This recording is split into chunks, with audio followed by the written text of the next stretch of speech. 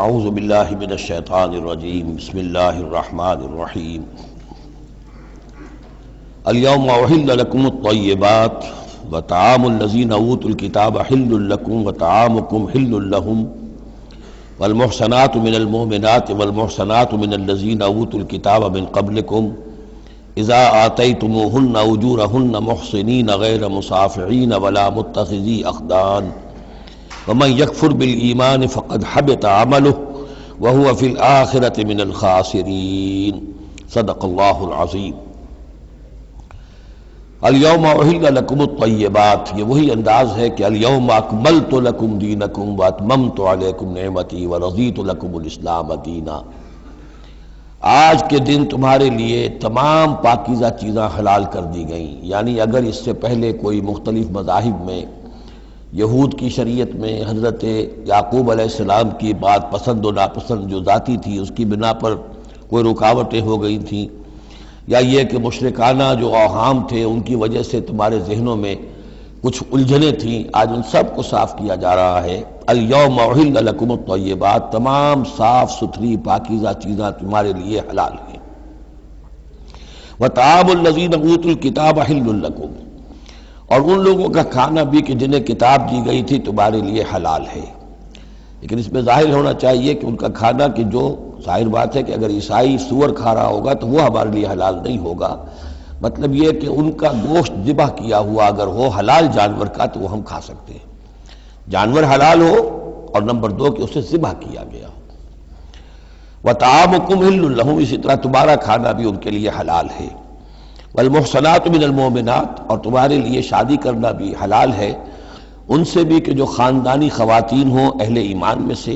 والمحصنات من الذین اوتوا الکتاب من قبلکم، اور خاندانی خواتین ان لوگوں کی کہ جنہیں کتاب دی گئی تھی تم سے پہلے، یعنی مسلمان مرد جو ہے عیسائی اور یہودی خاتون سے شادی کر سکتا ہے۔ اذا آتیتموہن اجورہن، جب کہ تم انہیں ادا کر دو ان کے مہر۔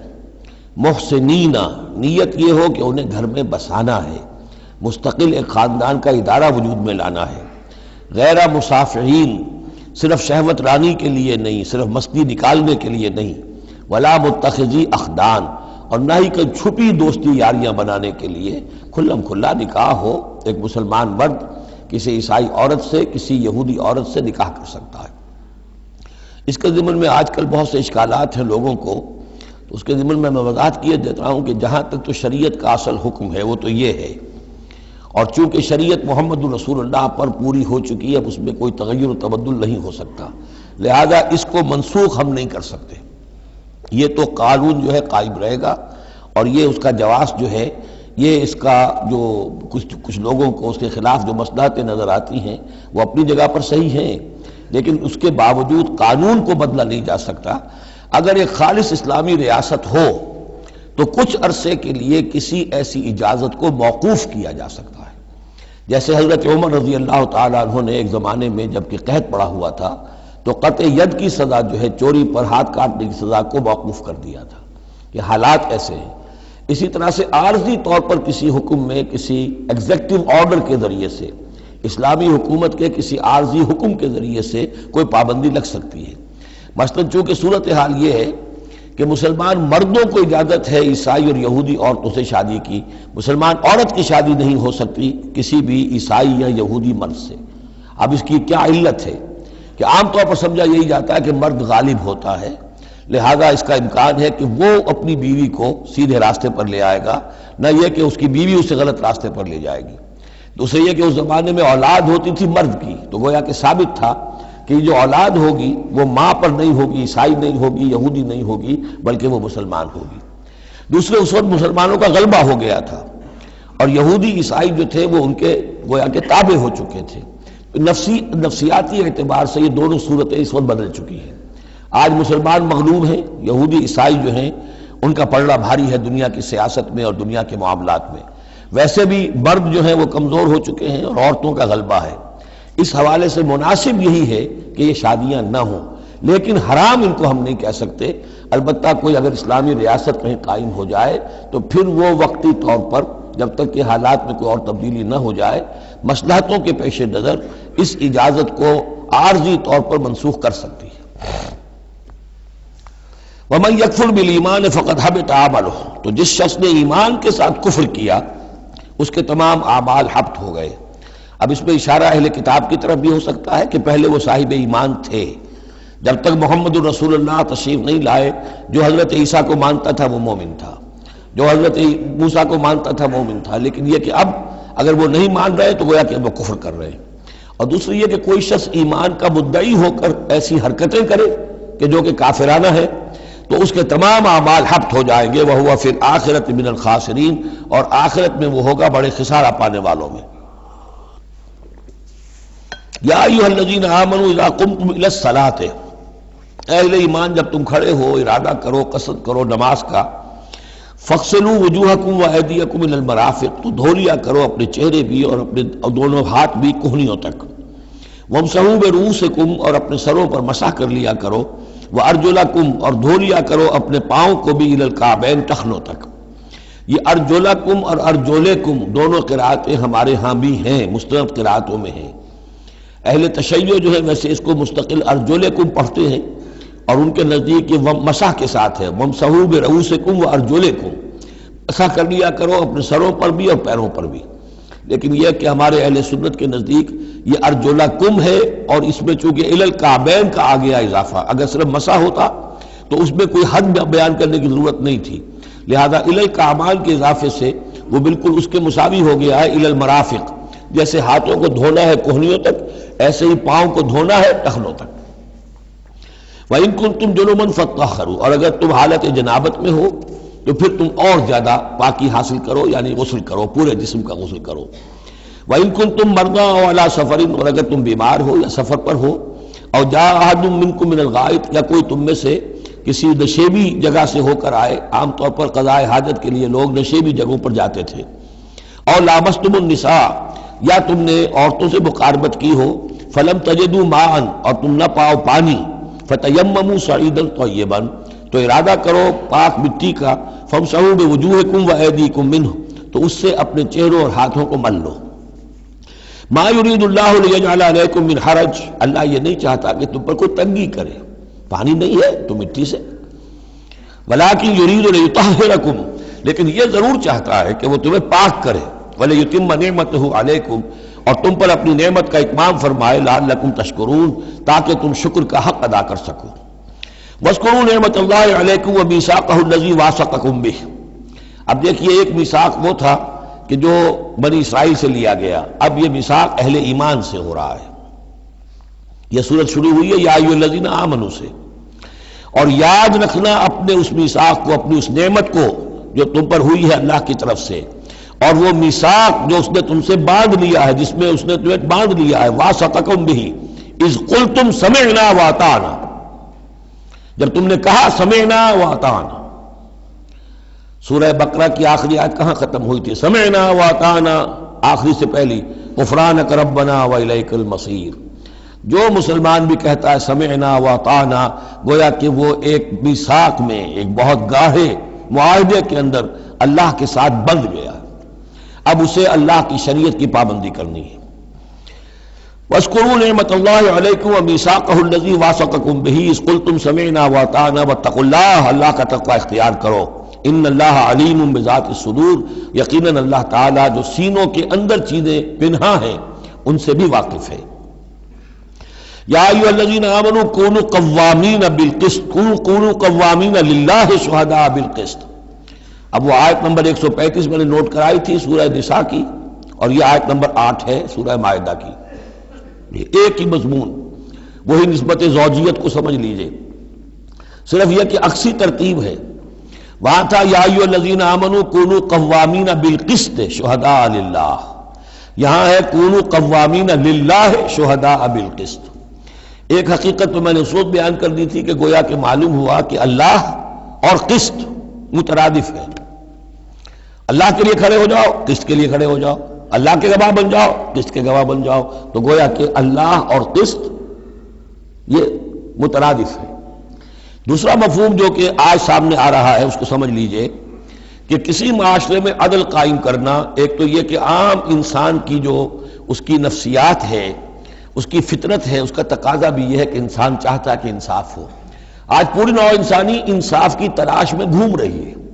بادشاہت سے نجات حاصل کی تھی، جمہوریت کی طرف آئے تھے کہ غلامی سے نجات ملے، انصاف ہونا چاہیے، انسان پر حاکم بن کر بیٹھ جائے، یہ تو کوئی حق نہیں ہے کسی کو۔ لیکن یہ کہ اس کا نتیجہ کیا ہوا کہ کیپٹلزم کی لعنت میں گرفتار ہو گئے، سرمایہ داروں کی جو ہے وہ ایک ڈکٹیٹریٹ اور آمریت قائم ہو گئی۔ اس سے نجات پانے کے لیے کمیونزم کے پاس گئے، وہ پھر ایک پارٹی ڈکٹیٹرشپ قائم ہو گئی، ایک سے ایک رست از یک بنتا افتاد در بندے دیگر، ایک قید سے نجات نہیں پائی کہ دوسری قید کے اندر پھر پھنس گئے۔ اب انسان کدھر جائے گا؟ لیکن یہ کہ فطرت کے اندر ہے کہ عدل اور انصاف انسان چاہتا ہے۔ ایک تو یہ ہے کہ اس فطرت کے تقاضے کو پورا کرتے ہوئے عدل کو قائم کرنے کے لیے انسان کھڑا ہو جائے، اور ایک اس سے اوپر کی منزل ہے کہ اصل العدل اللہ کی ذات ہے، اس کا دیا ہوا نظام جو ہے وہ ہے عادلانہ نظام، ہم اس کے وفادار ہیں، ہمارے ذمے ہے اس کے نظام کو قائم کرنا۔ تو کھڑے ہو جاؤ اللہ کے لیے، یا ایھا الذین آمنوا کونوا قوامین للہ شہداء بالقسط۔ یہاں پر یہ اوپر کی منزل ہے جو بیان ہو رہی ہے کہ اصل میں یہ صرف فطرت انسانی کے تقاضے کے طور پر نہیں، تمہاری عبدیت کا تقاضا ہے، تمہارا اللہ کے ساتھ وفاداری کا جو رشتہ ہے اس کا تقاضا ہے کہ پوری قوت کے ساتھ with all the emphasis at your command، جو بھی تمہارے پاس ذرائع ہیں، وسائل ہیں، ان سب کو لے کر، جو بھی آپ کے پاس قوت ہے اس سب کو جمع کر کے، اور آپ کھڑے ہو جائیں اللہ کے لیے۔ کھڑے ہو جائیں اللہ کے لیے چھ معنی دارن، اللہ کے لیے کھڑے ہونا یعنی اس کے دین کے گواہ بن کر کھڑے ہو جانا، اور اس کا دین جو ہے العدل ہے، انصاف ہے، قسط ہے، تو اس انصاف اور قسط کو قائم کرنا۔ یا ایھا الذین آمنوا کونوا قوامین للہ شہداء بالقسط۔ اب دیکھیے وہاں کیا تھا، وَلَوْ عَلَىٰ أَنفُسِكُمْ أَوِ الْوَالِدَيْنِ وَالْأَقْرَبِينَ۔ انصاف سے روکنے والی چیز ہوتی ہے کوئی محبت۔ اب میں اپنے خلاف کیسے فتویٰ دے دوں، اپنے والدین کے خلاف کیسے فیصلہ دے دوں، اپنے رشتہ داروں کے خلاف کیسے فیصلہ دے دوں؟ وہاں فرمایا اس کی کاٹ کر دی، وَلَوْ عَلَىٰ أَنفُسِكُمْ أَوِ الْوَالِدَيْنِ وَالْأَقْرَبِينَ۔ حق بات ہے، انصاف کی بات ہے، خواہ تمہارے خلاف جا رہی ہو، تمہارے والدین کے خلاف جا رہی ہو، تمہارے رشتہ داروں کے خلاف جا رہی ہو، حق کہنا ہے۔ دوسری چیز کیا ہوتی ہے، کسی کی دشمنی کی وجہ سے آپ حق نہیں کہتے، بات تو حق ہے اسی کی، لیکن یہ تو دشمن ہے، میں اس کے حق میں کیسے فتویٰ دوں؟ اس سے یہاں روک دیا گیا۔ تو یہ وہ ریسیپروکل نسبتیں ہیں قرآن مجید کی صورتوں کے اندر، ایک ہی مضمون ہے، اس کے اندر عکسی ترتیب اور ریسیپروکل ترتیب۔ وَلَا يَجْرِمَنَّكُمْ شَنَآنُ قَوْمٍ عَلَىٰ أَلَّا تَعْدِلُوا۔ دیکھو کسی قوم کی دشمنی تمہیں اس بات پر آمادہ نہ کر دے کہ تم عدل سے منحرف ہو جاؤ۔ اعدلوا، عدل سے کام لو، انصاف کرو، هو اقرب للتقوی، یہی بہتر ہے اور قریب تر ہے تقوی کے، واتقوا اللہ ان اللہ خبیر بما تعملون، اور اللہ کا تقوی اختیار کرو، اور جو کچھ تم کر رہے ہو اللہ اس سے باخبر ہے۔ اب اس میں ظاہر بات ہے بار بار میں نہیں کہہ سکتا، یہ جو بار بار آتا اللہ دیکھ رہا ہے، اللہ باخبر ہے، کیا مانی؟ ہر ایک کا حساب تم سے لے گا، ہر ایک کی جواب دہی تمہیں کرنی پڑے گی، تمہارا کوئی عمل، تمہارا کوئی قول اس کے علم سے خارج نہیں ہے، لہذا ہر وقت چوکس رہو، چوکنے رہو۔ وعد اللہ الذین آمنوا وعملوا الصالحات لہم مغفرۃ واجر عظیم۔ ہاں اللہ تعالیٰ کا وعدہ ہے ان لوگوں سے جو ایمان لائیں اور نیک عمل کریں کہ ان کے لیے مغفرت بھی ہے، اجر عظیم بھی ہے۔ والذین کفروا وکذبوا بآیاتنا اولئک اصحاب الجحیم، اور جو لوگ کہ انکار کریں اور جھٹلا دیں ہماری آیات کو، وہ ہیں جہنم والے، آگ والے۔ یا ایھا الذین آمنوا اذکروا نعمت اللہ علیکم اذ ہم قوم ان یبسطوا الیکم ایدیہم۔ اہل ایمان ذرا یاد کرو اس اللہ کے انعام کو جبکہ قوم نے ارادہ کیا تھا کہ تمہارے خلاف اقدام کریں، بڑھائیں اپنے ہاتھ تمہارے خلاف۔ یہ غزوہ احزاب کے بعد جو ہے وہ ایک جو بھی کوششیں ہوئیں، بہت سے لوگ ابھی پیچ و تاب کھا رہے تھے کفار میں سے کہ آپ پھر دوبارہ جائیں، لیکن ایسے حالات اللہ تعالیٰ نے پیدا کر دیے، ان کے دلوں پر ایسا رعب پڑ گیا تھا غزوہ احزاب کے بعد کہ پھر جرأت ہو نہیں سکی۔ اس کو اللہ تعالیٰ اپنے انعام کی حیثیت سے یہاں اس کا ذکر فرما رہے ہیں۔ اذ ہم قوم ان یبسطوا الیکم ایدیہم، جبکہ ایک قوم نے ارادہ تو کیا تھا کہ وہ اپنے ہاتھ پھیلائیں تمہاری طرف، بڑھائیں تمہاری اوپر زیادتی کرنے کے لیے، تم پر فوج کشی کے لیے، فکف ایدیہم عنکم، تو اللہ تعالیٰ نے ان کے ہاتھوں کو روک دیا تم سے۔ اور اس میں خاص اشارہ صلح حدیبیہ کی طرف ہے۔ صلح حدیبیہ کے وقت بھی بہت ہی پیچ و تاب کھا رہے تھے قریش، اور وہ ہر صورت کے اندر ان کے نوجوان جو تھے ان کا خون کھول رہا تھا، لیکن یہ کہ بالآخر یوں سمجھئے کہ سینٹی پریویلڈ، اور انہیں یہ سمجھ میں آ گیا کہ اس وقت ہم مسلمانوں کا مقابلہ نہیں کر سکیں گے، اور اللہ تعالیٰ نے گویا کہ ان کے ہاتھوں کو روک لیا۔ فَكَفَّ أَيْدِيَهُمْ عَنْكُمْ وَعَلَى اللَّهِ فَلْيَتَوَكَّلِ الْمُؤْمِنُونَ، اور اللہ تعالیٰ کو تو اہل ایمان ہی پر توکل کرنا چاہیے، اللہ تعالیٰ اہل ایمان کو تو اللہ ہی پر توکل کرنا چاہیے۔ وَلَقَدْ أَخَذَ اللَّهُ مِيثَاقَ بَنِي إِسْرَائِيلَ، اب یہ بنی اسرائیل کی تاریخ کے کچھ واقعات آ رہے ہیں۔ وَلَقَدْ أَخَذَ اللَّهُ مِيثَاقَ بَنِي إِسْرَائِيلَ، اور جس طرح اے مسلمانوں آج تم سے میثاق لیا گیا ہے اور تمہیں اللہ نے جکڑ لیا ہے، باندھ لیا ہے شریعت کے میثاق میں، اسی طرح اللہ تعالیٰ نے بنی اسرائیل کا میثاق بھی لیا تھا۔ وَبَعَثْنَا مِنْهُمُ اثْنَيْ عَشَرَ نَقِيبًا، اور ان میں ہم نے اٹھا دیے تھے، مقرر کر دیے تھے 12 نقیب، 12 قبیلے تھے، ہر قبیلے میں حضرت موسیٰ علیہ السلام نے ایک نقیب مقرر کیا۔ یہی ہم نے اپنے اسرے کے ناظم کے لیے نقیب کا لفظ یہیں سے اختیار کیا ہے۔ حضور نے بھی 12 نقیب مقرر کیے تھے انصار میں، 9 جو ہیں خزرج میں سے اور 3 اوس میں سے۔ وقال اللہ انی معکم، اور اللہ نے فرمایا تھا ان سے میں تمہارے ساتھ ہوں، یعنی میری مدد، میری تائید، نصرت تمہارے شامل حال رہے گی۔ لئن اقمتم الصلاۃ وآتیتم الزکاۃ، اگر تم نے نماز کو قائم رکھا اور زکوٰۃ ادا کرتے رہے، وآمنتم برسلی، اور میرے رسولوں پر تم ایمان لاتے رہے، آئیں گے پے بپے آئیں گے۔ حضرت موسیٰ کے بعد سے لے کر تو 1400 برس تک تار ٹوٹا ہی نہیں، پھر ذرا سا وقفہ 600 برس کا ہوا، پھر حضور تشریف لائے۔ آمنتم برسلی وعزرتموہم، اور ان کی تم مدد کرتے رہو گے، واقرضتم اللہ قرضا حسنا، اور اگر تم اللہ کو قرض حسنا دیتے رہو گے، اپنے مال خرچ کرتے رہو گے اللہ کے دین کے لیے، لأکفرن عنکم سیئاتکم، تو میں لازماً دور کر دوں گا تم سے تمہاری برائیوں کو، ولأدخلنکم جنات تجری من تحتها الانہار، اور میں لازماً داخل کروں گا تمہیں ان باغات میں جن کے دامن میں ندیاں بہتی ہوں گی۔ فمن کفر بعد ذلک، تو جس نے بھی کفر کیا اس کے بعد، منکم تم میں سے، فقد ضل سواء السبیل، تو وہ تو سیدھے راستے سے بہت بھٹک کر رہ گیا۔ فبما نقضهم ميثاقهم لعناهم، بس ان کے اپنے اسی عہد کو توڑنے کے باعث ہم نے ان پر لعنت فرمائی۔ یہ لعناهم جو میں نے وہاں پر محذوف قرار دیا تھا، یہاں پر وہ واضح آ گیا۔ فبما نقضهم ميثاقهم لعناهم، ہم نے ان کے اسی میثاق کو توڑنے کے پاداش میں ان پر لعنت فرمائی۔ وجعلنا قلوبهم قاسیہ، اور ان کے دلوں کو سخت کر دیا۔ ثم قست قلوبكم فهي كالحجارة أو أشد قسوة يحرفون الكلم عن مواضعه، وہ کلام کو اس کے اصل مقام سے ہٹاتے ہیں۔ ونسوا حظا مما ذکروا به، اور وہ جو کچھ کہ ان کو دیا گیا تھا نصیحت کے طور پر، ہدایت کے طور پر، اس کے اکثر حصے کو بھول گئے یا اس سے فائدہ اٹھانا انہوں نے چھوڑ دیا۔ ولا تزال تطلع على خائنة منهم، اور اے نبی آپ ہمیشہ ان کی طرف سے خیانت کی اطلاعیں پاتے رہیں گے۔ آپ کو معلوم ہے کہ حضور جیسے ہی مدینے پہنچے تھے تو آپ نے پہلے 6 مہینے میں جو 3 کام کیے، کنسولیڈیشن اپنی پوزیشن کی مدینہ منورہ میں، ان میں سے ایک یہ بھی تھا کہ یہود کے 3 قبولوں سے معاہدے کر لیے، جوائنٹ ڈیفنس آف مدینہ، کہ اگر مدینے پر حملہ ہوگا تو مل جل کر دفاع کریں گے۔ لیکن یہ کہ اس کے بعد یہ ہر قبیلہ ایک ایک کر کے غداری کرتا رہا، تو یہ حضور سے کہا جا رہا ہے ولا تزال تطلع علی خائنۃ منہم، ان کی طرف سے خیانتیں ہوتی رہیں گی، ہر وقت ہوتی رہیں گی۔ الا قلیلا منہم، سوائے ان میں سے چند کے، کچھ لوگ شریف بھی ہوں گے۔ فاعف عنہم واصفح، تو ابھی درگزر کیجئے اور ذرا معاف کیجئے۔ ان اللہ یحب المحسنین، یقیناً اللہ تعالی احسان کرنے والوں کو پسند فرماتا ہے۔ ومن الذین قالوا انا نصارى اخذنا میثاقهم، اور ان لوگوں سے بھی جنہوں نے یہ کہا کہ ہم نصارہ ہیں، ہم نے ان کا بھی میثاق لیا۔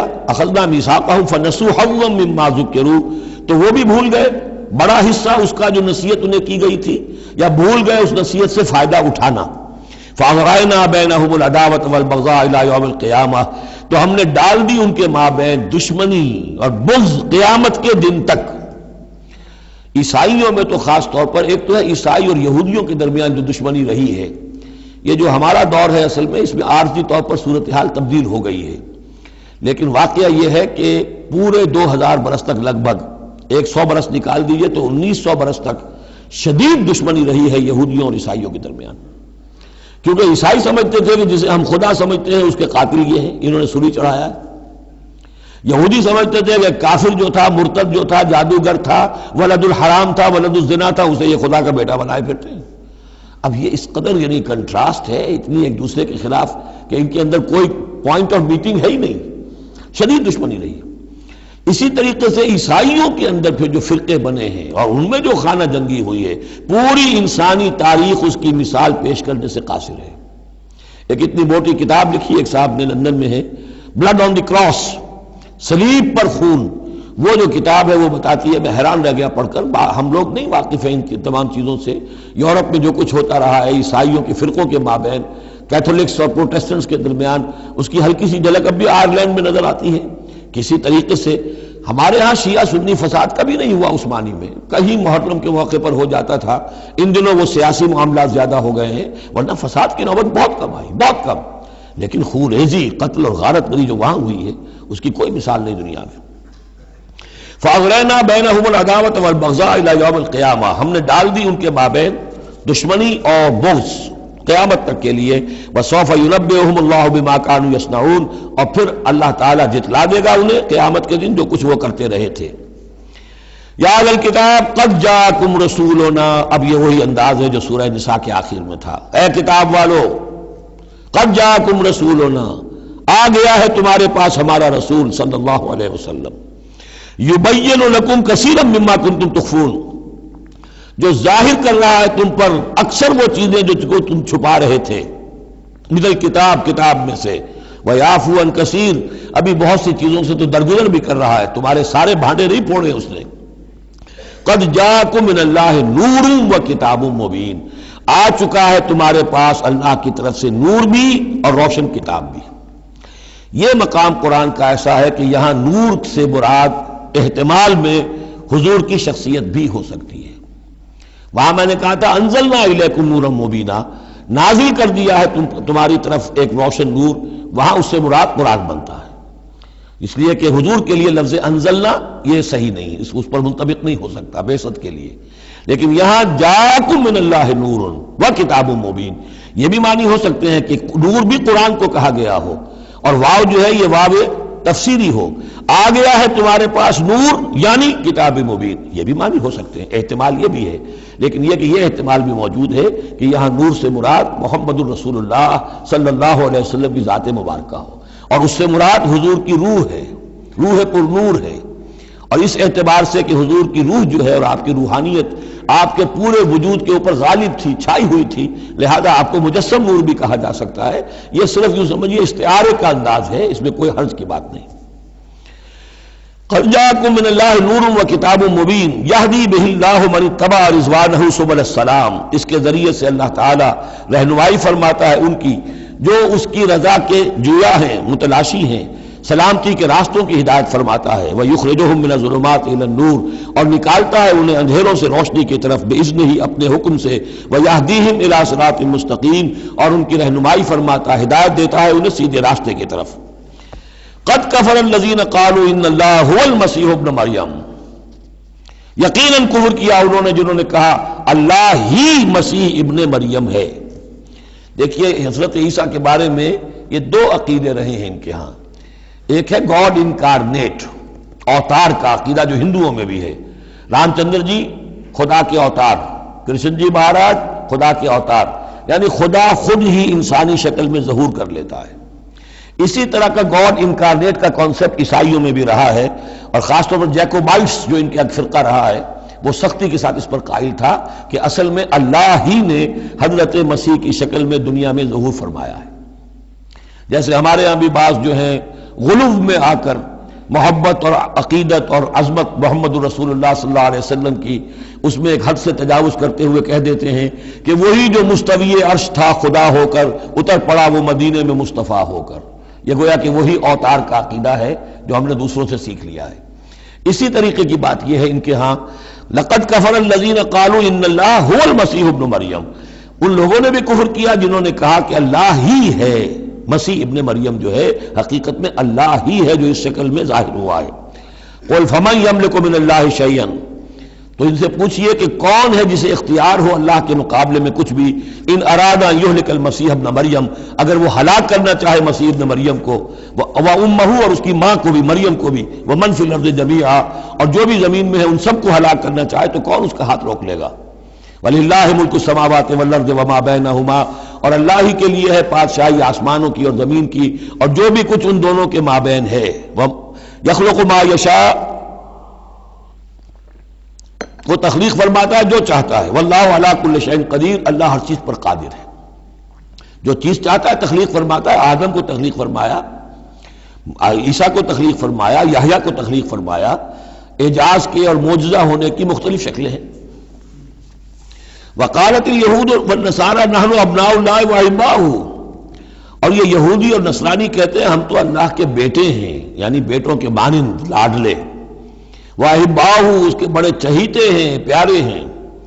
قل فلم يعذبكم بذنوبكم، تو ان سے کہیے کہ پھر وہ تمہیں عذاب کیوں دیتا رہا ہے تمہارے گناہوں کی پاداش میں؟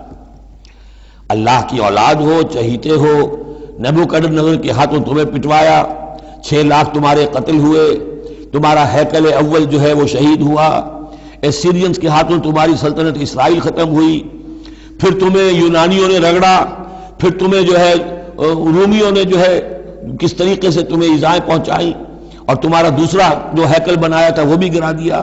ایسے ہی لاڈلے ہوتے ہیں اللہ کے؟ یا اللہ اتنا ہی لاچار ہے، بیچارہ ہے، عاجز ہے؟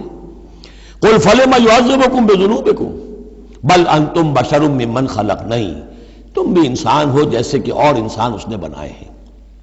یغفر لمن یشاء، وہ جس کی چاہتا ہے بخشش فرماتا ہے، ویعذب من یشاء، جس کو چاہتا ہے سزا دیتا ہے۔ وللہ ملک السماوات والارض، آسمان اور زمین کی کل بادشاہی اللہ ہی کے لیے ہے۔ وما بینہما، اور جو کچھ ان دونوں کے مابین ہے ان کی بھی۔ وإلیہ المصیر، اور اسی کی طرف لوٹ جانا ہے۔ یا اہل الکتاب قد جاءکم رسولنا یبین لکم علی فترۃ من الرسل، پھر وہی بات لیکن یہاں ایک نئے نکتے کے ساتھ آئی ہے۔ اہل کتاب تمہارے پاس آ چکا ہے ہمارا رسول صلی اللہ علیہ وسلم، یبین لکم، جو تمہارے لیے واضح کر رہا ہے، بیان کر رہا ہے، علی فترۃ من الرسل، رسالت کے ایک انقطاع کے بعد۔ حضرت عیسیٰ اور حضور صلی اللہ علیہ وسلم کے مابین 600 برس ایسے گزرے ہیں کہ دنیا میں کوئی نبی کوئی رسول نہیں رہا۔ یہ فترت ہے، فترت ہے، وقفہ ہے عارضی، اور پھر حضور کی بعثت، اور پھر فترت دائمی۔ اب رسالت کا دروازہ ختم، 600 برس کے لیے عارضی بند، پھر حضور کی تشریف آوری، اور اب تا قیام قیامت دروازہ بند۔ یا اہل الکتاب قد جاءکم رسولنا یبین لکم علی فترۃ من الرسل ان تقولوا ما جاءنا من بشیر، مبادا تم یہ کہو کہ ہمارے پاس تو نہیں آیا کوئی بشارت دینے والا ولا نذیر، اور نہ کوئی خبردار کرنے والا۔ فقد جاءکم بشیر ونذیر، تو سن لو آ گیا ہے تمہارے پاس خبردار کرنے والا اور بشارت دینے والے۔ رسلا مبشرین ومنذرین لئلا یکون للناس علی اللہ حجۃ بعد الرسل وکان اللہ عزیزا حکیما۔ سورہ نساء کی وہ آیت اب آپ کے ذہن میں رہنی چاہیے، بنیادی آیت۔ واللہ علی کل شیء قدیر، اور اللہ ہر چیز پر قادر ہے۔ اب حضرت موسیٰ علیہ السلام کا وہ واقعہ آ رہا ہے کہ جب کہ مصر سے اپنی قوم کو لے کر نکلے، صحرائے سینا میں رہے، کوہ طور پر بلائے گئے، تورات دے دی گئی۔ اب اس کے بعد انہیں حکم ہوا کہ فلسطین میں داخل ہو جاؤ، اور وہاں جو مشرک اور کافر قومیں آباد تھیں، فلسطی کہلاتے تھے، ان کو تم ان کے ساتھ جنگ کرو، انہیں وہاں سے نکالو، اور یہ تمہارے لیے ارض مقدس اللہ کی طرف سے موعود ہے، اس لیے کہ تمہارے ابراہیم، تمہارے جد امجد تھے وہ یہی تھے، یہی حضرت اسحاق تھے، یہیں سے پھر حضرت یعقوب کے زمانے میں حضرت یوسف علیہ السلام جب مصر چلے گئے تھے تو یہاں سے تمہاری منتقلی مصر ہوئی تھی۔ اب جو اپنا اصل گھر ہے جاؤ اسے حاصل کرو۔ لیکن جب جنگ کا موقع آیا پوری قوم نے کورا جواب دے دیا کہ ہم جنگ کرنے کے لیے تیار نہیں۔ اس پر حضرت موسیٰ علیہ السلام کے مزاج میں جو تلخی پیدا ہوئی اور طبیعت کے اندر یوں سمجھیے بیزاری کی شدت پیدا ہوئی، وہ آپ دیکھیے گا کہ ہم یہ سمجھتے ہیں کہ رسول جو ہے وہ اپنی امت کے حق میں شفقت ہی شفقت ہوتا ہے، شفقت بھی ہے، جیسے اللہ کا معاملہ رؤوف بھی ہے، ودود بھی ہے، لیکن عزیز ذو انتقام بھی ہے، انتقام لینے والا بھی ہے۔ یہ دونوں شانیں ہیں۔ رسول کا معاملہ بھی یہی ہے، شفیق بھی ہے لیکن غیور بھی ہے، دین کی غیرت اس میں ہے، آپ سے بڑھ کر اللہ کے دین کی غیرت اس میں ہے، تو آخر ظاہر بات ہے کہ آپ کے طرز عمل سے بیزاری بھی ہوگی۔ پھر ان دونوں چیزوں کو سامنے رکھیے۔ اور یہ بات ذرا میں عرض کر دوں، تھوڑی سا نکتہ ہے سمجھنے کا، کہ چونکہ اس قوم کو اب تک بہت سا تجربہ ہوا تھا معجزوں کا، پیاس لگی، ہم سورہ بقرہ میں پڑھ آئے ہیں، ایک بھی چٹان پر 12 چشمے پھوٹ گئے، کوئی محنت تو کرنی نہیں پڑی۔ بھوک لگی، من و سلوہ نازل ہو گیا۔ دھوپ لگی، سائبان جو ہے وہ ابر کا سائبان ساتھ ساتھ چل رہا ہے۔ سمندر راستے میں آیا، پھٹا، اس نے راستہ دے دیا۔ تو اس سے یہ بھی کہا جا سکتا ہے کہ اس لاڈ پیار کی وجہ سے بگڑ گئے تھے، اور یہی حکمت ہے کہ حضور کی پوری زندگی میں آپ کو اس طرح کا کوئی معجزہ نظر نہیں آتا۔ مسلمانوں، جو کرنا ہے اپنی جان دے کر، ایثار سے، قربانی سے، محنت سے، مشقت سے، بھوک جھیل کر، فاقے برداشت کر کے کرو۔ یہ بہت اہم نکتہ ہے، سمجھ لیجیے۔ یہ عادی ہو گئے تھے۔ وَإِذْ قَالَ مُوسَىٰ لِقَوْمِهِ يَا قَوْمِ اذْكُرُوا نِعْمَةَ اللَّهِ عَلَيْكُمْ إِذْ جَعَلَ فِيكُمْ أَنْبِيَاءَ وَجَعَلَكُمْ مُلُوكًا، اور یاد کرو جب کہ موسیٰ نے کہا اپنی قوم سے، میری قوم کے لوگوں، اور تورات سے معلوم ہوتا ہے، بک آف ایکسوڈس جو ہے 6 لاکھ کی نفری تھی ان کی جب یہ نکلے ہیں مصر سے۔ اب ان میں بوڑھے بھی، بچے بھی اور عورتیں بھی، ان کو نکال دیجئے تو کم سے کم 1 لاکھ تو ہوں گے کہ جو ایسے لوگ ہوں کہ جو جنگ کی صلاحیت رکھتے ہوں، اور نیچے جائیے برسبیل تنزل تو 50,000 تو ہوں گے، لیکن ان کا حال کیا ہوا وہ دیکھ لیجئے۔ یا قوم اذکروا نعمت اللہ علیکم، میری قوم کے لوگوں، اللہ کے اس انعام کا احساس کرو جو تم پر ہوا ہے۔ اذ جعل فیکم انبیاء، جبکہ تمہارے اندر اس نے نبی اٹھائے، یعنی خود میں نبی ہوں، میرے بھائی ہارون نبی ہیں، حضرت موسیٰ نبی تھے، حضرت یوسف نبی تھے جو آئے تھے۔ وجعلکم ملوکا، اور تمہیں بادشاہ بنایا ہے۔ بادشاہ بنایا ہے تو ظاہر بات ہے اس وقت تک اگرچہ ان کی بادشاہت تو قائم نہیں ہوئی تھی، ہو سکتا ہے یہ پیشین گوئی ہو کہ جو بتائی جا رہی ہو کہ آئندہ تمہیں اللہ تعالیٰ زمین کی سلطنت بھی اور خلافت بھی دینے والا ہے، جیسے کہ حضرت داؤد اور حضرت سلیمان کے زمانے میں ہوئی۔ ایک رائے یہ بھی ہے کہ چونکہ حضرت یوسف کے زمانے میں انہیں بڑا اقتدار حاصل ہو گیا تھا، بادشاہ تو نہیں تھے، لیکن یہ کہ واقعتاً بادشاہوں کے بھی، جن کو کہتے ہیں کہ پیرزادے ہونے کے اعتبار سے بادشاہوں کے بھی مخدوم تھے اور ممدوح تھے، تو شاید اس کی طرف اشارہ ہو۔ وَآتَاكُم مَّا لَمْ يُؤْتِ أَحَدًا مِّنَ الْعَالَمِينَ، اور تمہیں وہ ساری چیزیں دیں جو پوری دنیا میں تمام جہان والوں میں کسی کو نہیں دی۔ یا قوم ادخلوا الارض المقدسۃ التي كتب اللہ لکم، اے میری قوم کے لوگوں اب داخل ہو جاؤ اس ارض مقدس میں، اس فلسطین میں جو اللہ نے تمہارے لیے لکھ دی ہے، اللہ کا فیصلہ ہے، تمہیں ملے گی۔ ولا ترتدوا على ادبارکم، اور اب اپنی پیٹھوں کے بل نہ واپس نہ پھرنا، فتنقلبوا خاسرین، اگر ایسا کرو گے تو خسارے میں رہو گے۔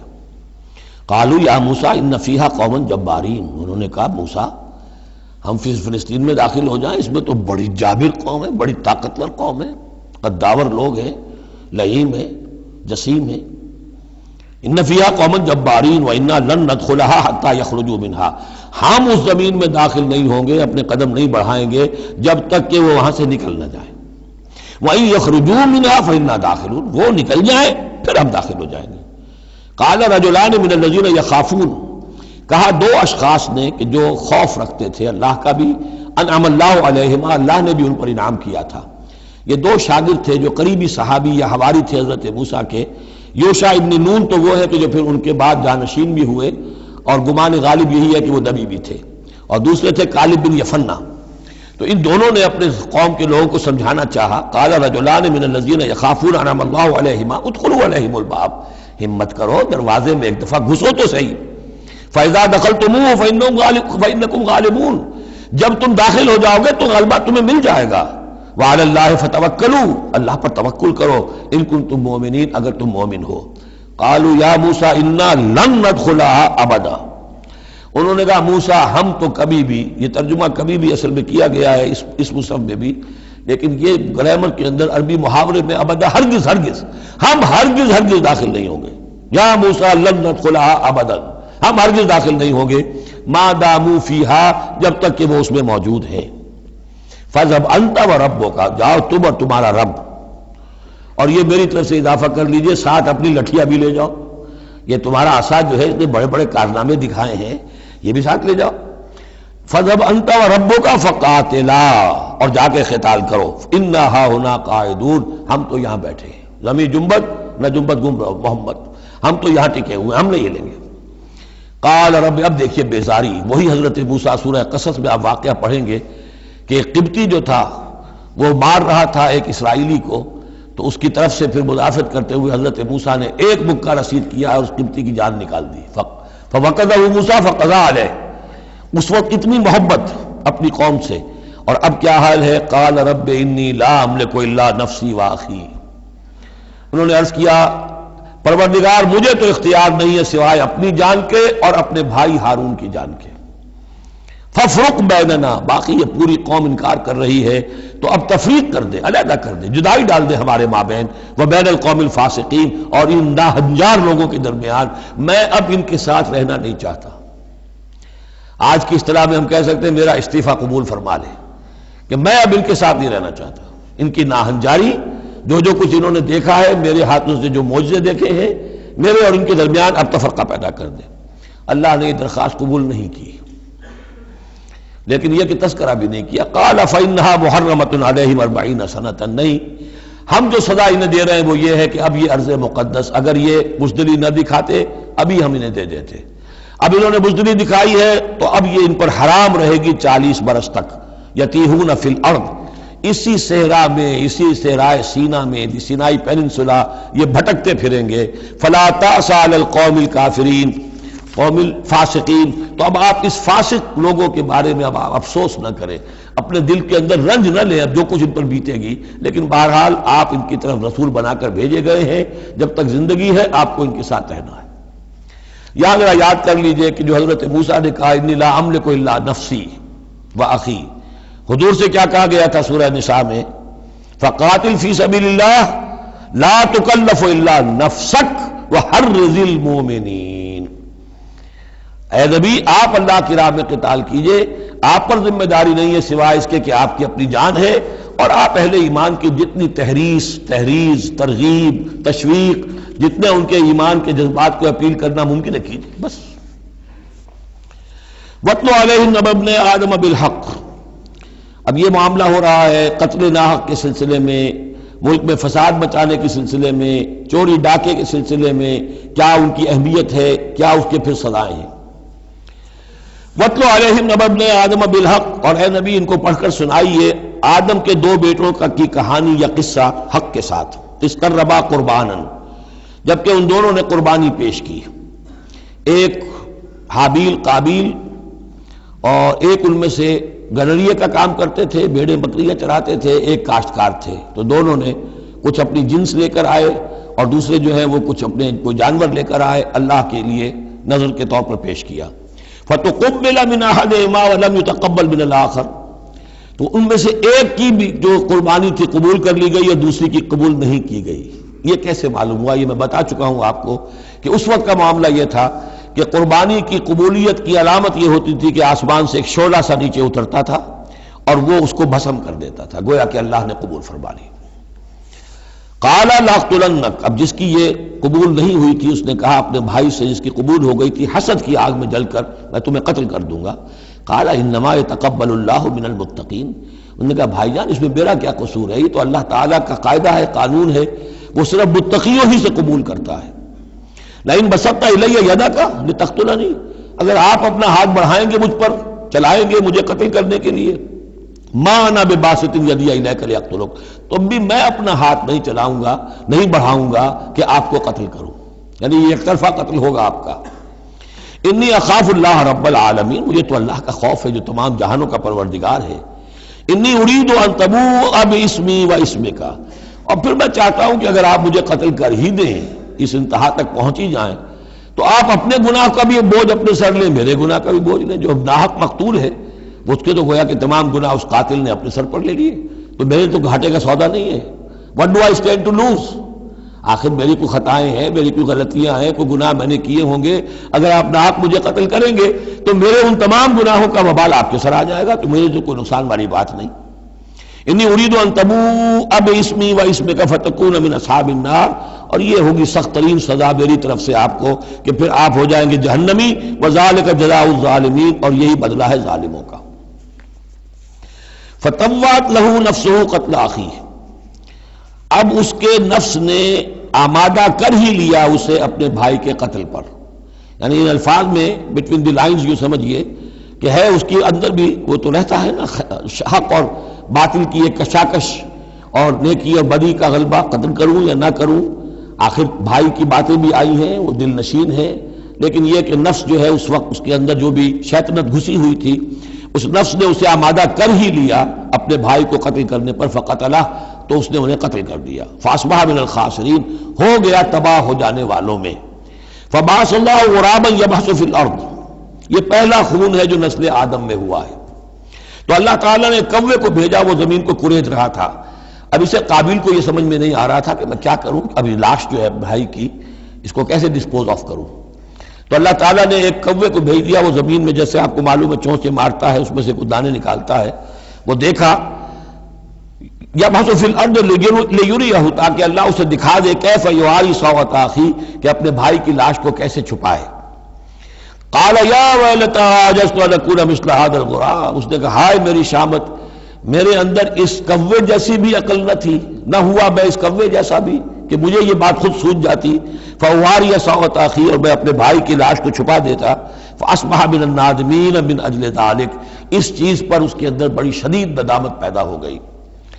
کتبنا علی بنی اسرائیل، اجل ذلک دونوں طرف لگتا ہے، من اجل ذلک کتبنا علی بنی اسرائیل، اور ہم نے اسی بنا پر بنی اسرائیل پر یہ بات لکھ دی تھی. قتل ناحق ہم نے تورات میں لکھ دیا تھا کہ یہ اتنی بری شے ہے کسی ایک انسان کا قتل کرنا بھی. کتبنا علی بنی اسرائیل انہ من قتل نفسا بغیر نفس و فساد فی الارض، اگر کسی نے کسی انسان کو قتل کیا بغیر کسی قتل کے قصاص میں، بغیر نفس، ہاں کسی نے قتل کیا، قتل کے جواب میں قتل کیا جائے تو یہ قتل ناحق نہیں ہے، یہ تو پھر قصاص کا قتل ہے. اور فساد فی الارض، یا کوئی شخص زمین میں فساد مچا رہا ہے اس میں اس کو قتل کیا جائے، یعنی کوئی قصوروار ہے، مجرم ہے، اس کو سزا دینے میں قتل کیا جائے تو بات اور ہے. کسی بے قصور انسان کو اگر قتل کر دیا گیا فکانما قتل الناس جميعا، تو یہ ایسے ہے جیسے کہ اس نے تمام انسانوں کو قتل کر دیا، پوری نوع انسانی کو. کیوں کہ تمدن کی جڑ کٹ گئی. احترام جان، احترام مال، یہ بنیاد ہے تمدن کی.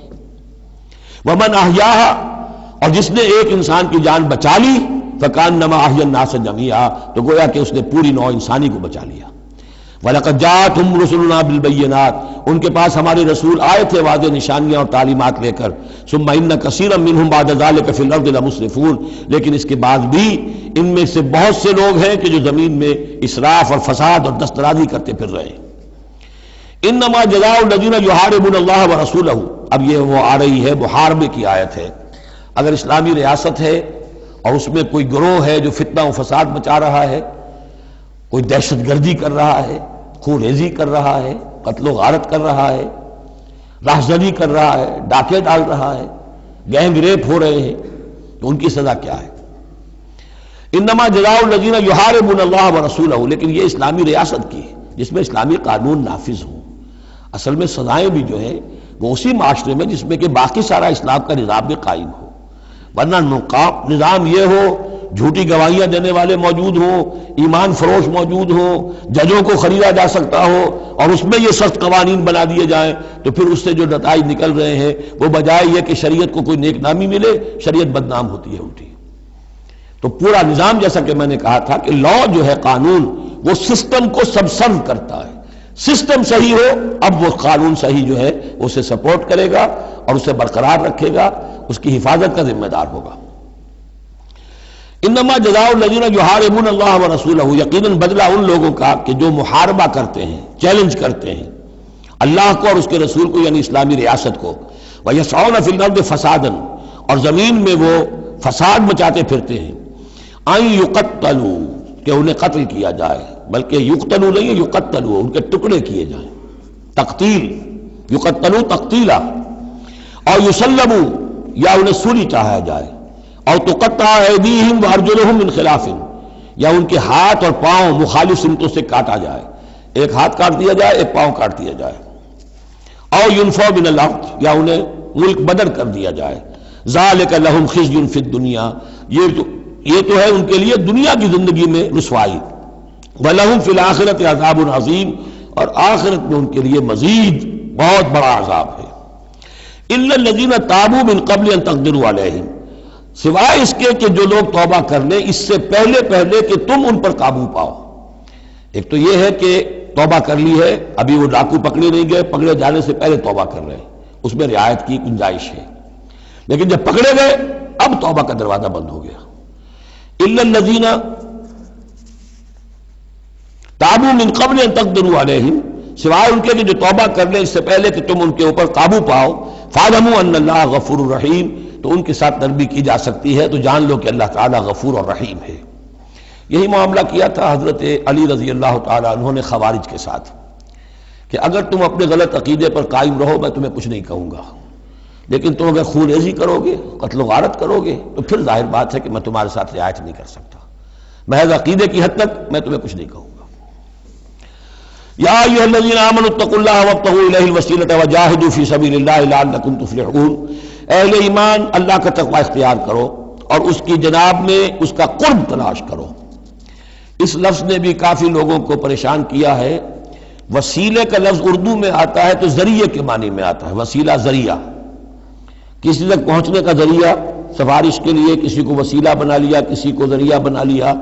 عربی میں وسیلہ کے یہ معنی نہیں ہے، عربی میں وسیلے کے معنی قرب ہے صرف۔ بدقسمتی سے بعض تو الفاظ ایسے ہیں کہ جو عربی میں ان کا مفہوم بالکل کچھ اور ہے، اردو میں کچھ اور ہے، بعض ایسے ہیں کہ کچھ تھوڑا تھوڑا فرق ہے۔ جیسے ذلیل کا لفظ ہے، عربی میں اس کے معنی ہے صرف کمزور، اردو میں اس کے معنی ہے کمینے کے، زمین و آسمان کا فرق آ گیا۔ جیسے کہ ہم پڑھ آئے ہیں وَلَقَدْ نَصَرَكُمُ اللَّهُ بِبَدْرٍ وَأَنْتُمْ أَذِلَّةٌ، اے مسلمانوں یاد کرو اللہ نے تمہاری مدد کی تھی بدر میں جبکہ تم بہت کمزور تھے۔ اب اگر وہاں ذلیل کا ترجمہ اردو والا کر دیا جائے تو پھر ہمارے ایمان کے لالے پڑ جائیں گے۔ اسی طریقے سے عربی میں جہل کے معنی جو ہے وہ جذباتی ہونا ہے، ان پڑھ ہونا نہیں، پڑھے لکھے جاہل ہو سکتے ہیں، جذباتی ہیں، اکھڑ ہے، اکھڑ مزاج کے لوگ ہیں، وہ غیر عالم کو جاہل نہیں کہتے، لیکن اردو میں جاہل کہتے ہیں جو ان پڑھ ہو۔ اسی طریقے سے یہ لفظ وسیلہ ہے، اس کا جو اصل مفہوم ہے قرب۔ اہل ایمان اللہ کا تقوی اختیار کرو نمبر ایک، لیکن تقوی جو ہے وہ ذرا ایک نیگیٹو بات ہے، بچنا اللہ سے، اللہ کے غضب سے، اللہ کی ناراضگی سے، برائی سے بچنا، گناہ سے بچنا، نافرمانی سے بچنا، اللہ کے احکام کو توڑنے سے بچنا، یہ ایک منفی کانسیپٹ ہے۔ وابتغوا الیہ الوسیلہ، نہیں، آگے بڑھو، اس کا قرب تلاش کرو، تقرب، اس سے نزدیک ہو جاؤ، قریب سے قریب ہو جاؤ۔ لیکن اس تقرب کا ذریعہ کیا ہوگا؟ وَجَاهِدُوا فِي سَبِيلِهِ لَعَلَّكُمْ تُفْلِحُونَ، اس کی راہ میں جہاد کرو تاکہ تم فلاح پاؤ۔ اس سے بات بالکل کھل گئی۔ تقوی اور تقرب اللہ کے لیے جہاد۔ تقوی شرط لازم ہے، پہلے تو یہ کہ جو حرام چیزیں ان سے آپ بچیں، جن چیزوں سے روک دیا گیا ہے ان سے رک جائیں، اور اللہ کی نافرمانی جو ہے اس سے باز آ جائیں۔ اب اس کے بعد اس کی طرف آگے بڑھنا چاہتے ہیں، تقرب حاصل کرنا چاہتے ہیں، اس کی راہ میں جہاد کیجیے۔ ان الذین کفروا لو ان لهم ما فی الارض جمیعا ومثلہ معہ، یقیناً وہ لوگ جنہوں نے کفر کیا اگر ان کے پاس ہوتی وہ ساری دولت کی جو زمین میں ہے کل کی کل، اور اتنی ہی اور بھی ہوتی، لیفتدوا بہ من عذاب یوم القیامہ، کہ وہ اس کے ذریعے سے فدیہ دے کر چھوٹ سکے قیامت کے دن کے عذاب سے، ما تقبل منہم، وہ ان سے ہرگز قبول نہیں کی جائے گی۔ یہ بھی تعلیق بالمحال ہے، نہ ایسا ہوگا نہ ممکن ہے، لیکن یہ کہ آخری درجے میں اس کو بیان کر دینا کہ اگر اتنی دولت بھی ہو تب بھی اللہ کے ہاں وہ فدیہ جو ہے قبول نہیں ہوگا۔ وَلَهُمْ عَذَابٌ أَلِيمٌ، اور ان کے لیے تو دردناک عذاب ہے۔ يُرِيدُونَ أَن يَخْرُجُوا مِنَ النَّارِ وَمَا هُمْ بِخَارِجِينَ مِنْهَا، وہ چاہیں گے کہ آگ سے کس طرح نکلیں لیکن نکل نہیں پائیں گے۔ وَلَهُمْ عَذَابٌ مُقِيمٌ، اور ان کے لیے ہوگا قائم رہنے والا عذاب، مسلسل دائم اور قائم۔ وَالسَّارِقُ وَالسَّارِقَةُ فَاقْطَعُوا أَيْدِيَهُمَا، اور چوری خواہ مرد کرے خواہ چوری کرنے والی عورت ہو، ان دونوں کا ہاتھ کاٹ دو، ایک ایک ہاتھ، ایدیہما، ان کے ایک ایک ہاتھ کاٹ دو۔ جزاء بما کسبا، یہ بدلہ ہے ان کے کرتوت کا، نکالا من اللہ، اور یہ عبرتناک سزا ہے اللہ کی طرف سے۔ اب دیکھیے یہاں میں مثال دیتا ہوں آپ کو اہل قرآن کی حکمت اور ان کی سمجھداری کی۔ غلام احمد پرویز صاحب کہتے ہیں کہ یہ جو ہے کہ ہاتھ کاٹ دو چور کا، اس کا مطلب ہے ایسا نظام بنا دو کہ چوری کی ضرورت ہی نہ پڑے۔ اچھا یہ تو ہم بھی چاہتے ہیں کہ نظام ایسا ہو، کفالت عامہ ہو، کوئی شخص مجبوراً چوری نہ کرے، اس لیے کہ اس کی کفالت کے لیے اگر موجود ہے، وہ ریاست جو ہے اس کی تمام بنیادی ضروریات کی کو انڈر رائٹ کر رہی ہے تو اسے چوری کی ضرورت نہیں ہے۔ ہم بھی چاہیں گے کہ یہ بات ٹھیک ہے، لیکن یہ کہ اس کا مطلب یہ ہے، یہ غلط ہے۔ لیکن قرآن کس طرح اپنی حفاظت کرتا ہے؟ ایسے نظام کا قائم کرنا عبرت ہوگی؟ ایسا نظام کا قائم کرنا ان کے کرتوتوں کی سزا ہوگی؟ قرآن مجید پر اس قسم کا باطل جو ہے حملہ آور نہیں ہو سکتا۔ دو الفاظ، فَاقْطَعُوا أَيْدِيَهُمَا، ان کے ہاتھ کاٹ دو، جزاء بما کسبا، جو کمائی انہوں نے کی ہے اس کا بدلہ۔ اچھا، جو کمائی انہوں نے کی اس کا بدلہ یہ ہے کہ اچھا نظام قائم کرو۔ نکالن، نکال کہتے ہیں کہ عبرتناک سزا، نکالن من اللہ، اللہ کی طرف سے عبرت کے لیے۔ اور یہ اسلام کے اندر جو تعزیرات ہیں اور حدود ہیں اور سزائیں ہیں، ان کے لیے لفظ نکال بہت اہم ہے۔ عبرتناک سزا، اگرچہ شہادت کا قانون بڑا سخت رکھا ہے، شبہ ہو تو ملزم کو چھوڑنے کی ہدایت ہے۔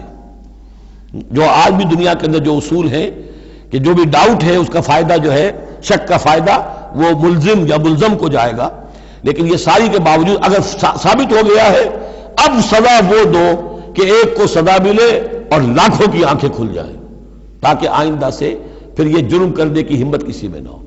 یہ جو ڈیٹرنس ہے، اس طرح کی سزائیں کہ جن سے برائی جو ہے اس کو استحصال معاشرے سے کیا جا سکے، یہی واحد ذریعہ ہے، ورنہ دنیا میں امریکہ جیسی کلچر سوسائٹی کے اندر بھی موسٹ ہینس کرائم موجود ہے، بڑا ہی گھناؤنا جرم موجود ہے، اس لیے کہ اس قسم کی سزائیں ہیں ہی نہیں۔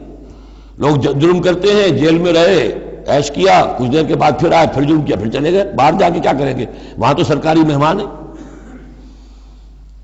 تو یہ سارا فلسفہ جو ہے نتیجہ کہ جرم جو ہے ان کا وہ بڑھتا چلا جا رہا ہے۔ والسارق والسارقۃ فاقطعوا أيديهما جزاء بما كسبا نكالا من الله والله عزيز حكيم، اللہ زبردست ہے، حکمت والا۔ فمن تاب من بعد ظلمه واصلح فإن الله يتوب عليه، تو جس نے بھی توبہ کر لی اس کے بعد اپنے ظلم اور اپنے جرم کے پیچھے واصلہ اور اصلاح کر لی تو اللہ قبول کرتا ہے اس کی توبہ کو۔ ان اللہ غفور الرحیم، یقیناً اللہ غفور الرحیم ہے۔ لیکن جرم کی سزا دنیا میں ختم نہیں ہوگی۔ ایک جرم جو کیا ہے وہ جرم ہے دنیا کا، گناہ ہے اللہ کا۔ جرم کی سزا دنیا میں ملے گی، گناہ کی سزا اللہ نے دینی ہے، اس کو اللہ معاف فرما دے گا اگر توبہ کی ہے۔ اگر توبہ نہیں کی ہے تو پھر یہ کہ اس کی سزا بھی ملے گی۔ الم تعلم ان اللہ لہ ملک السماوات والارض، کیا تم جانتے نہیں کہ اللہ ہی کے لیے ہے آسمانوں اور زمین کی بادشاہی۔ یعذب من یشاء ویغفر لمن یشاء، وہ سزا دے گا جس کو چاہے گا اور بخش دے گا جسے چاہے گا۔ واللہ علی کل شیء قدیر، اللہ ہر چیز پر قادر ہے۔ یا ایھا الرسول لا يحزنک الذین یسارعون فی الکفر من الذین قالوا آمنا بافواہہم ولم تؤمن قلوبہم۔ یہ پھر ذکر آ رہا ہے، لیکن یہاں بھی گڑبڑ ہے معاملہ سورہ بقرہ کی طرح۔ منافقین پر بھی انطباق ہوگا اس کا، اور اہل کتاب کے بھی وہ لوگ جو ان کے طرف کے منافق تھے، جن کا میلان اسلام کی طرف بھی تھا، چاہتے بھی تھے کہ مسلمانوں میں شامل رہے، لیکن وہ اپنے ساتھیوں کو بھی چھوڑنے کو تیار نہیں تھے۔ تو یہ جو بیچ بیچ میں مذبذبین بین ذالک تھے، یہ دونوں طرف کے لوگ تھے۔ یا ایھا الرسول لا يحزنک الذین یسارعون فی الکفر، اے رسول صلی اللہ علیہ وسلم، نہ غمگین ہو آپ ان لوگوں کی سرگرمیوں سے، بھاگ دوڑ سے، کہ جو کفر کے ضمن میں بڑی سرگرمی دکھا رہے ہیں۔ من الذین قالوا آمنا بافواہہم، ان لوگوں میں سے جو اپنے منہ سے تو کہتے ہیں کہ ہم ایمان رکھتے ہیں، ولم تؤمن قلوبہم، اور ان کے دل ایمان نہیں لائے ہیں۔ ومن الذین ہادوا، اور اسی طرح کے لوگ یہودیوں میں سے ہیں۔ سماعون للکذب، یہ بڑے ہی غور سے سنتے ہیں، توجہ سے سنتے ہیں جھوٹ کو۔ سماعون لقوم آخرین، اور یہ سنتے ہیں کچھ اور لوگوں کے لیے، یعنی ایک تو یہ ہے کہ ان کی جھوٹی باتیں بڑی توجہ سے سنیں گے، شیاطین جو ہیں ان کے، وَإِذَا خَلَوْا إِلَىٰ شَيَاطِينِهِمْ قَالُوا إِنَّا مَعَكُمْ إِنَّمَا نَحْنُ مُسْتَهْزِئُونَ۔ پھر یہ کہ ان کی طرف سے جاسوس بن کر آئیں گے مسلمانوں کے ہاں، کہ یہاں بڑی توجہ سے بات سنتے ہیں تاکہ جا کے رپورٹ کر سکیں، آج محمد نے یہ کہا، آج فلاں معاملہ ہوا صلی اللہ علیہ وسلم۔ تو سماعون لقوم آخرین، اس کے دونوں ترجمے ہو سکتے ہیں کہ وہ دوسری قوم کی باتوں کو بڑی توجہ سے سنتے ہیں، یا سنتے ہیں دوسری قوم کے لوگوں کے لیے، انہیں رپورٹ کرنے کے لیے، ان کے اسپائس کی حیثیت سے آ کر۔ لم یاتوک، جو آپ کے پاس نہیں آتے، یعنی ان کے جو گرو گھنٹال ہیں، ان کے جو لیڈر ہیں، ان کے جو شیاطین ہیں، وہ آپ کے پاس نہیں آتے۔ یہ جو بین بین کے لوگ ہیں در حقیقت وہ آتے ہیں جن کے ذریعے سے یہ سارا معاملہ جو ہے جاسوسی کا چل رہا ہے۔ یحرفون الکلم من بعد مواضعہ، وہ کلام کو پھیر دیتے ہیں اس کی جگہ کے اور موقع اور محل کے معین ہو جانے کے بعد. یقولون ان اوتیتم ھذا فخذوہ، وہ کہتے ہیں اگر تمہیں یہ شے مل جائے تو لے لینا. کوئی مقدمہ ہے، وہ لا رہے ہیں حضور کے پاس، پہلے سے طے کر رکھا ہے، اگر تو فیصلہ یہ ہوگا محمد کا ہم قبول کر لیں گا، اگر یہ فیصلہ نہیں کریں گے ہم فیصلہ رد کر دیں گے. اور اسی سے یہ بات سمجھ لیجئے کہ اصل میں فتح مکہ تک جس معنی میں ہم لفظ بولتے ہیں ریاست، اسلامی ریاست، پورے طور پر ایک ہمہ گیر ریاست پورے طور پر مدینے میں فتح مکہ کے بعد قائم ہوئی ہے، پہلے قائم نہیں ہوئی. ورنہ کسی ریاست میں دو جوڈیشل سسٹمز نہیں ہو سکتے، سوائے جو پاکستان میں ابھی ہوا ہے، 2 چیف جسٹس بھی ہو گئے ہمارے ہاں چند دن کے لیے، لیکن یہ کہ یہ انہونی بات تھی جو ہوئی ہے. لیکن یہ کہ ہوتا نہیں دنیا میں، ایک ریاست ایک عدالتی نظام. یہ لوگ جب چاہتے تھے حضور کے پاس آ جاتے تھے، جب چاہتے تھے کسی اور یہودیوں کی عدالت میں لے جاتے تھے. تو پیرلل نظام وہاں چل رہے تھے. ہمہ گیر ریاست وحدت کی حیثیت سے، ایک آرگینک ہول کی حیثیت سے یہ فتح مکہ کے بعد قائم ہوئی ہے. یقولون ان اوتیتم ھذا فخذوہ، کہتے ہیں کہ اگر یہ فیصلہ ملے تو تم لے لینا، قبول کر لینا. وَإِن لَّمْ تُؤْتَوْا فَاحْذَرُوا، اور اگر یہ شہادت تمہیں ملے، نہ فیصلہ ملے، یہ ڈگری نہ تمہارے حق میں جاری کی جائے تو پھر بچ جانا، کترا جانا. وَمَن يُرِدِ اللَّهُ فِتْنَتَهُ فَلَن تَمْلِكَ لَهُ مِنَ اللَّهِ شَيْئًا، اور جس کو اللہ تعالیٰ ہی نے فتنے میں مبتلا کرنے کا فیصلہ کر لیا ہو تو تم اس کے لیے اللہ تعالیٰ کے مقابلے میں کوئی مددگار نہ پاؤ گے، کوئی شے نہیں ملے گی. اولئک الذین لم یرد اللہ ان یطہر قلوبہم، یہ وہ لوگ ہیں کہ جن کے دلوں کو پاک کرنا اللہ نے چاہا ہی نہیں. لم یرد اللہ ان یطہر قلوبہم لہم فی الدنیا خزی، ان کے لیے دنیا میں بھی رسوائی ہے. ولہم فی الآخرۃ عذاب عظیم، اور آخرت میں ان کے لیے دردناک اور بہت بڑا عذاب ہے. سماعون للکذب، یہ خوب سنتے ہیں اچھی طرح اور چٹخارے لے لے کر سنتے ہیں جھوٹ کو.